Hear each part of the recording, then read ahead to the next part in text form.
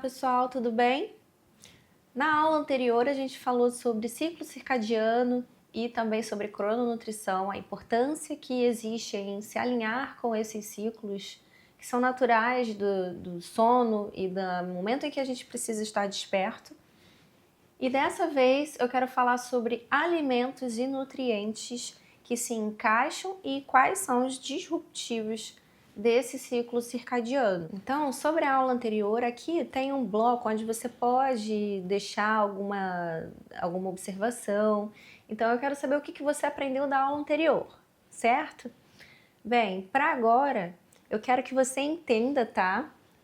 Que quais são os impactos que esses alimentos e os nutrientes podem realizar no nosso ritmo biológico, que é o nosso foco nesse momento. É muito necessário que você entenda como esse processo de adaptação a um ciclo saudável é importante para a sua vida e para modular a sua saúde, o seu bem-estar e o funcionamento de todos os seus órgãos. Quero trazer para vocês aqui 2 cenários e a gente vai analisar os pontos positivos e negativos de qualquer cenário aqui. Mas vamos mentalizar. De manhã, cenário 1. Você acordou, levantou da cama, abriu seus olhos, se descobriu, levantou da cama, fez alguns movimentos, né? Acordou com calma. Você despertou naturalmente, sem despertador. Você tem o seu horário para acordar. Você acordou com toda a calma do mundo para você conseguir abrir a sua janela. Então, naquele momento, você vai abrir a sua cortina e o sol está começando a nascer, aqueles raios do sol estão batendo nos seus olhos nesse momento. E aí você está ali apreciando aquele nascer do sol, aquele momento da manhã. Pode ser um pouquinho mais tarde, vamos supor que você esteja acordando aí por volta de mais 7, 8, o sol já está lá em cima, mas você abriu a sua janela, você está escutando aquele barulhinho da manhã, que tem os passarinhos e tudo mais. Então é isso. Esse é o primeiro cenário. Agora vamos para o segundo cenário? O segundo cenário seria: você acabou de acordar porque o seu despertador está tocando, aquele barulho bem irritante de despertador, ó. E aí você desliga. Nisso você desperta já com sono, com cansaço, já pensando se você tem mais 5 minutinhos. E aí você decide ficar mais 5 minutinhos na cama. Aqueles 5 minutinhos, ele vai se tornando 10, 15, 20. Quando você vê, você já está despertando em cima da hora porque você precisava daquele tempo para poder se recuperar e acordou completamente atrasado, tendo que pegar, talvez nem tomar o seu café da manhã, já se arrumar para poder fazer o seu dia a dia acontecer. Você nem olhou se tá de manhã, se o tempo tá bonito, se o tempo tá feio. Você nem abriu sua janela, na verdade. Você só tomou um banho, fez um café para despertar e saiu para o seu trabalho. Esse é o segundo cenário. Agora vamos parar para pensar aqui, refletir sobre esses 2 cenários. Vou usar um termo com vocês sobre o joinha da manhã. Joinha da manhã. Qual dos 2 cenários você acredita que tenha ganhado o joinha da manhã? Cenário 1 ou 2? Acredito que o primeiro, certo? Mas, e eu digo por mim também, como mera mortal, quem nunca acordou no cenário 2, né? Então, é possível que uma noite a gente acabe não dormindo tão bem. Existem vários fatores, né, que podem fazer com que a gente tenha um ciclo circadiano disruptivo e que façam com que as nossas noites fiquem tendo esse ciclo de noites mal dormidas, manhãs corridas e que fazem com que todo o nosso ciclo circadiano se desalinhe e fazem com que você fique muito mais estressado ao longo do dia. Então aqui a gente vai dar o joinha para o primeiro cenário, que é um cenário maravilhoso, cenário de novela, cenário de comercial de margarina, certo? Mas você pode transformar essa visão de comercial de margarina na sua vida, sim, com medidas simples de organização e em alinhamento desse ciclo circadiano que eu vou te ensinar aqui agora. Então, só para a gente entender o porquê desses dois cenários serem completamente diferentes, do ponto de vista de neurociência, então imagina que de manhã, né, você tendo uma noite de sono completa, com sono profundo, acordou desperto, você tendo o seu horário para poder despertar naturalmente, isso quer dizer que você está completamente alinhado com o seu ciclo, porque você já tem o horário de dormir, um sono reparador e o seu horário de acordar, que pode coincidir com o seu horário de despertar comercialmente, né? Que a gente tem um horário comercial. Mas pode ser um horário seu, que você consegue acordar naturalmente. Isso pode variar, tá? Entre 4h30, 5 da manhã, até lá umas 9 da manhã, porque as pessoas são diferentes. Então, existem pessoas matutinas, vespertinas.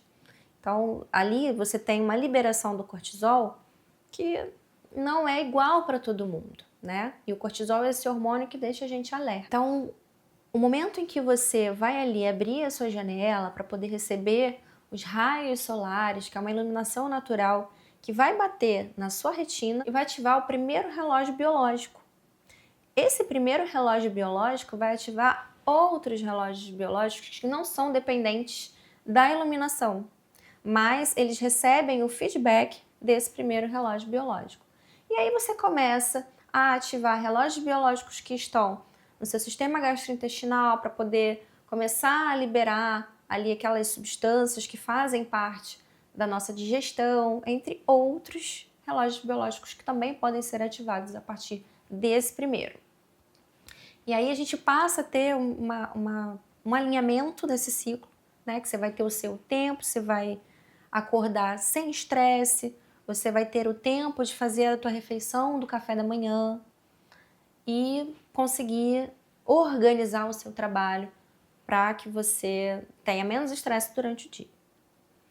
Já o segundo cenário é um cenário que, com certeza, ele reflete muitos disruptivos e que acaba virando cíclico. Por quê?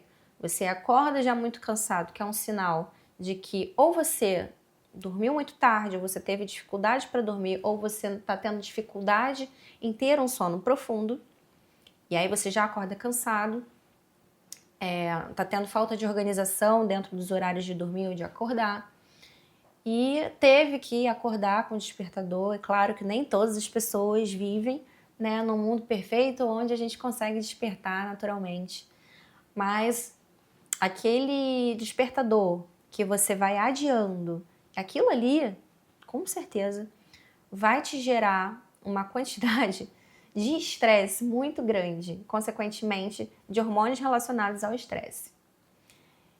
E aí você acaba desperdiçando aquele tempo livre que você teria para poder fazer o seu dia a dia de forma calma e organizada, preparar a sua refeição saudável pela manhã, praticar um yoga pela manhã, se alongar pela manhã, que é também muito importante, ter esse contato da luz natural, que é aquele momento em que a gente abre o nosso quarto, acende luz, né? Essa iluminação toda que a gente tem aqui não é uma iluminação natural, principalmente quando a gente tem uma luz branca. E você aproveitar o primeiro horário da manhã ali, com aqueles raios de sol, isso vai te fazer muito bem. Então, esse segundo cenário não é o ideal e é o que a gente vai tentar modificar aqui dentro desse módulo. E ainda falando de iluminação natural e iluminação luz azul, de telas, isso é um grande disruptivo. Porque a gente está muito conectado às máquinas, seja celular, seja um computador, seja um tablet. A gente está sempre recebendo iluminação que não é natural e muito diferente com uma iluminação que não é natural. É aquelas telas pequenas, letras pequenas e sendo bombardeado por informações o tempo todo. Então, tudo isso gera no nosso sistema neurológico muitos disruptivos que fazem com que a gente tenha liberações hormonais em momentos inadequados. O cortisol ele não é um hormônio negativo, muito pelo contrário. Ele é um hormônio que nos deixa alerta, e ele é muito necessário para esse estado de alerta. O problema todo é que a gente não deixar de estar no estado de alerta quando a gente necessariamente deve descansar.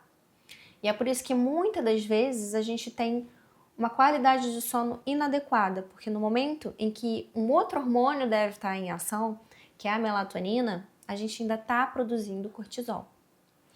E a melatonina é um hormônio que também é codependente de iluminação natural, tá? Porque no momento em que chega o período da noite e as luzes começam a cessar, é por isso que é tão recomendado que você desligue as telas, que você não use luz azul na sua casa, porque a melatonina ela só começa a ser produzida conforme você se desliga dessa iluminação, tanto natural quanto a iluminação artificial. E a melatonina ajuda a você conseguir ter um sono reparador, porque você consegue manter um sono profundo. Começa a te dar um soninho e você consegue levar esse sono por muito mais tempo até a hora do despertar. Então, complementando o cenário 1, de uma pessoa que consegue ter uma organização pessoal, estar alinhada com esse ciclo, que acordou num timing bom para que ela primeiro fizesse o seu café da manhã com tempo, né? Um café da manhã nutritivo, com fibra, com proteínas, com tudo que tem direito ali dentro daquele café da manhã. E isso vai ficar para uma próxima aula, mas vamos continuar aqui. Então, essa pessoa, ela vai conseguir ter uma saciedade muito maior até o horário do almoço. Então, se ela continuar sendo organizada dessa maneira, ela vai ter o período do almoço, onde ela vai conseguir fazer uma nova refeição, com bastante nutrientes, né, dentro das necessidades, com proteína, com fibra, e vai aguentar até um outro horário que ela sinta fome. E essa pessoa ela vai se alimentar nesse período do dia, o período em que ela está ativa fisicamente ali, energeticamente, gastando calorias, ou seja, no trabalho, ou seja, dentro de uma atividade física. Já no cenário 2, vamos imaginar que a pessoa do cenário 2, ela não teve tempo pela manhã, ela já pulou essa refeição. Tudo bem que ela não vai consumir calorias naquele momento, mas você concorda comigo que em algum momento do dia ela vai sentir muita fome e uma fome acumulada? Então, muito provavelmente, essa pessoa no horário do almoço, ou mesmo antes do horário do almoço, ela vai beliscar alguma coisa ali até o período do almoço, ou vai esperar até o almoço para fazer uma refeição com um volume muito grande, ou às vezes nem um volume tão grande. Mas aquele estresse já gerou uma fome que despertou ali a vontade de consumir alimentos hiperpalatáveis. E o que são alimentos hiperpalatáveis? Uma pausa aí. Alimentos que são ricos em gordura, açúcares, que são ricos em sódio. Então, esses alimentos hiperpalatáveis, muitas das vezes, mesmo que não sejam hiperpalatáveis, mas essa pessoa também pode escolher alimentos que tenham uma densidade calórica muito alta. Podem ter volumes pequenos, mas podem ter uma densidade calórica, concentrar calorias, mesmo sendo em quantidades pequenas. Isso está muito relacionado a esses alimentos que são hiperpalatáveis, mas vou dar um exemplo qualquer aqui, tá? O período do almoço em que você escolhe consumir batata frita. Então, a batata frita, quando comparada a uma batata inglesa cozida, em questão de volume, ela é bem menos volumosa. Mas ela tem uma concentração de calorias ali por conta do óleo, por conta dela ser um alimento frito que já reduz o volume dela. Enquanto a batata cozida, por exemplo, para você conseguir a quantidade calórica, daquela densidade calórica, você vai ter que consumir muita quantidade, né? Um volume muito alto. Então você vai ter numa batata cozida, por exemplo, o contrário, tá? Vai ser um alimento com pouca densidade calórica. Então é só algo para trazer aqui uma realidade para vocês conseguirem enxergar que muitas das vezes a gente tem hábitos corriqueiros, que, por exemplo, você deixou de tomar o café da manhã achando que você vai consumir menos calorias, mas chega na hora do almoço você consome que seja um bombonzinho, que seja uma quantidade de azeite maior dentro da salada, uma salada que tenha algum creme de leite. São muitas das opções que a gente pode ali dentro da alimentação ter hábitos e nutrientes que serão disruptivos dentro desse ciclo circadiano. Então vamos lá. Essa pessoa do cenário 2, que vai fazer o almoço e que já não tem o hábito de se organizar, vai chegar na parte da tarde sem ter algum lanche organizado para que consiga se alimentar de forma saudável no período da tarde. E aí pode ser que ela ceda a tentações de lanches rápidos, lanches na rua, lanches dentro de condução, alguma loja que tenha perto e que não ofereça um alimento com uma qualidade nutricional bacana e que seja um alimento que vai ser ali um industrializado com, enfim. São vastas as opções, né? Que seja um pão de queijo com refrigerante, por exemplo. Você pode fazer um lanche melhor, não que dentro de um planejamento alimentar você não consiga encaixar esse tipo de alimento. Mas existem opções melhores que a gente pode trabalhar, por exemplo, tá? E aí, quando chegar na parte da noite, quem você acha que vai consumir menos alimentos? A pessoa do cenário 1 ou a pessoa do cenário 2? Bem, a pessoa do cenário 1 se organizou e fez a alimentação dela na parte do dia, está, né, satisfeita, conseguiu bater os seus macro e micronutrientes, enquanto a pessoa do cenário 2 está completamente desorganizada, já perdeu a noção do timing ali